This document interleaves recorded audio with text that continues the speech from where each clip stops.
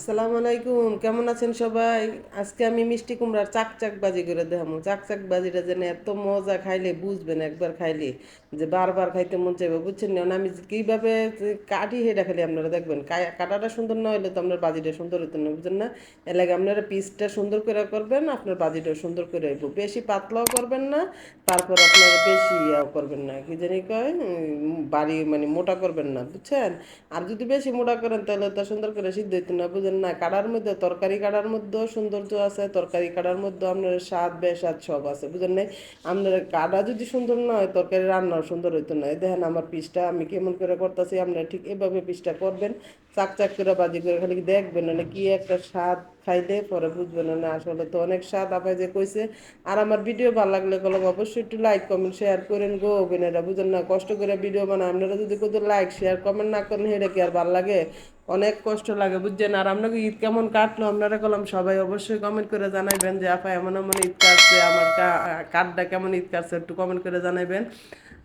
আর দেখেন আমি হলুদের গুঁড়া, মরিচের গুঁড়া, স্বাদ মতো লবণ, আর আমি একটা ম্যাজিক মশলা দিয়ে দিচ্ছি একটু স্বাদটা বেশি বাড়ানোর জন্য, বুঝছেন? এর লাগে একটু স্বাদটা বেশি বাড়লে তো মজাটা বেশি লাগবে। আর যে কোনো জিনিস একটু টেস্ট না হলে ভাত খাইতে লইলে মজা লাগে না। তারপর আপনারা করবেন কি, ফ্রাই প্যানে তেল দিয়ে দিবেন।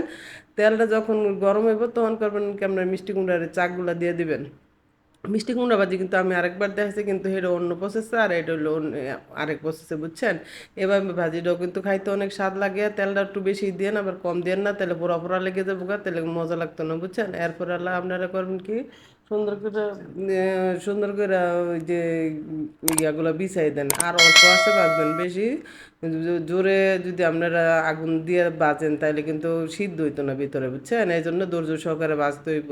এরপরে করবেন কি, আবার ডাইকে দিবেন, ডাইকে দিয়ে পরে উল্টাই দিবেন। তারপরে দেখেন কি সুন্দর বাজে, কালারটা দেখলেই তো বুঝবেন যে আরে খাইতে তো অবশ্যই মজা লাগবে। অবশ্যই একবার খাইয়া ট্রাই করবেন, জীবন কখনো যারা না খাইছেন, বুঝছেন? তারপর আর করবেন কি, উল্টাইয়া ফাল্টায় তারপরে আপনারা করবেন কি, এটা ভাজা ভাজা করবেন, বুঝছেন? আবার বেশি কিন্তু আবার ইয়া করেন না, কি জানি জোরে জোরে লাড়াচাড়া দেন না, তাহলে কিন্তু আবার ভেঙে দেবো গাছ। সব কাজ সুন্দর সুন্দর করে করার লাগে, ধৈর্য সহকারে করার লাগে। ওই ধৈর্যের গুণ, সব ফল সবসময় মিষ্টি হয়, এই জন্য আপনারা ধৈর্য সহকারে করবেন।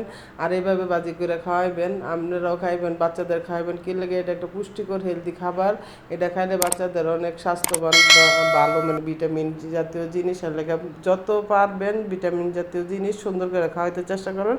বাচ্চাকে এমনি খালি দিলেও খাইতে পারবো, ভাতের সাথে মিক্স করেও খাওয়াইতে পারবেন। অবশ্যই এটা স্বাদের জিনিস। আর কটা মরিচ টালা লইবেন, বুঝছেন নি? আঙ্গ দেশে কয়ে টালা, কুমিল্লার আঞ্চলিক ভাষা টালা, আর কেউ কয়ে বাজা, বুঝছেন নি? আমি আবার একটা সহজ সরল মানুষ, তো সহজ সরল ভাষা কথা কই, এই জন্য আপনারা আবার কেউ কিন্তু মাইন্ড করেন না, বুঝছেন নি? এর লেগে পরে আল্লাহ দেখছেন আমার বাজারটা কিন্তু হয়ে গেছে কমপ্লিট।